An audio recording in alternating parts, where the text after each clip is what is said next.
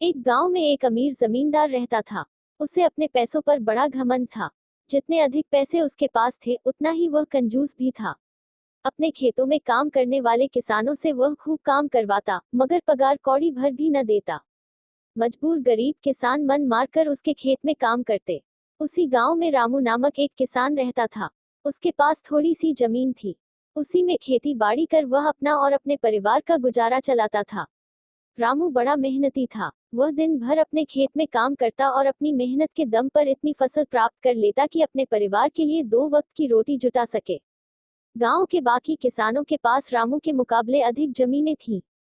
वे रामू की मेहनत देखकर हैरान होते कि कैसे इतनी सी जमीन में वह इतनी फसल उगा लेता है। एक साल गांव में भयंकर सूखा पड़ा। बिना बारिश के खेत खलिहान सूखने लगे। गरीब किसानों के पास सिंचाई की कोई व्यवस्था न थी। वे सिंचाई के लिए बारिश पर ही निर्भर थे, इसलिए उनकी सारी फसल बर्बाद हो गई। रामू के साथ भी यही हुआ। अपने छोटे से खेत में वह किसी तरह अपने परिवार का पालन पोषण कर रहा था। अब उनके सामने भूखों मरने की नौबत आ गई।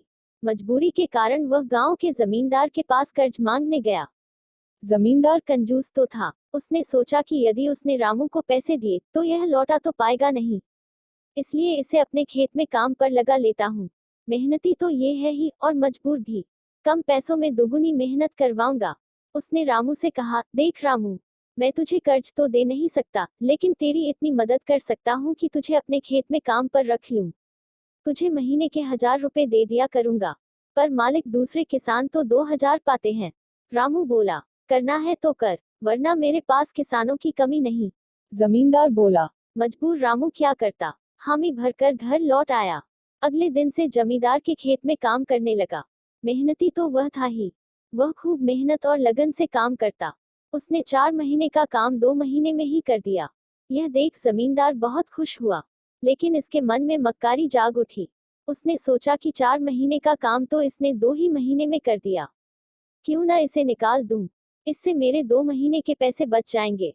उसने रामू को बुलाया और उसके 2 महीने के पैसे देकर कहा, रामू यह ले तेरे पैसे, कल से मत आना, अब मुझे तेरी जरूरत नहीं।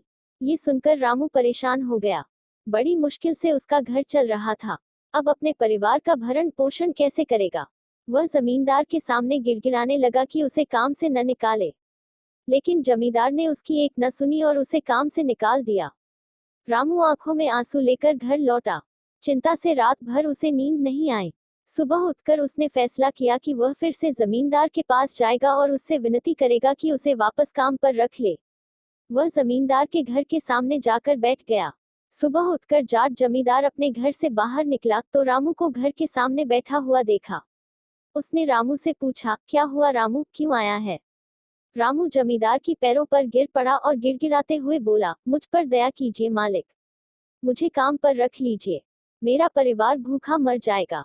जमींदार ने उसकी एक न सुनी और उसे धक्के मार के वहां से निकाल दिया।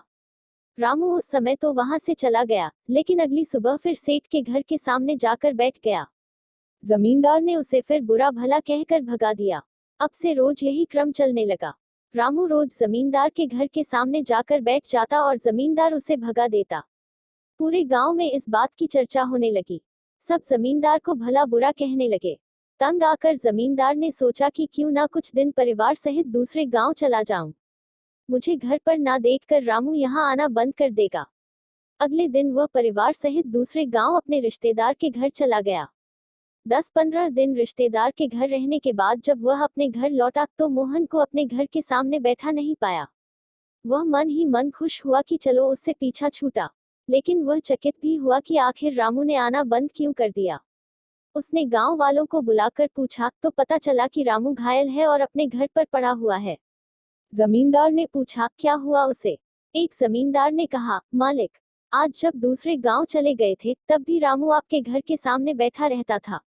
एक दिन आपका खाली घर देखकर कुछ चोर चोरी करने के इरादे से आपके घर में घुसे, लेकिन वे रामू की नजर में आ गए। रामू अपनी जान की परवाह न कर उनसे उलझ गया और उन्हें भगा दिया। उनके बीच हुई हाथापाई के कारण रामू घायल हो गया। ये जानकर जमींदार को खुद पर शर्म आने लगी कि उसने रामू के साथ कितना बुरा किया, लेकिन इसके बाद भी रामू उसके घर चोरी होने से बचाने के लिए चोरों से उलझ गया। वह पछताने लगा। उसने रामू के घर जाने का फैसला किया। वह रामू के घर पहुंचा तो देखा कि रामू बड़ी दयनीय अवस्था में चारपाई पर पड़ा हुआ है। उसके बच्चे भूख से बिलख रहे हैं। ये देख जमींदार का दिल भर आया।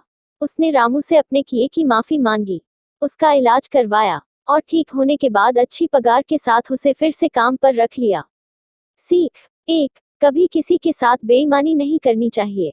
2, सदा जरूरतमंदों की सहायता करनी चाहिए। 3, अपना काम ईमानदारी से करना चाहिए।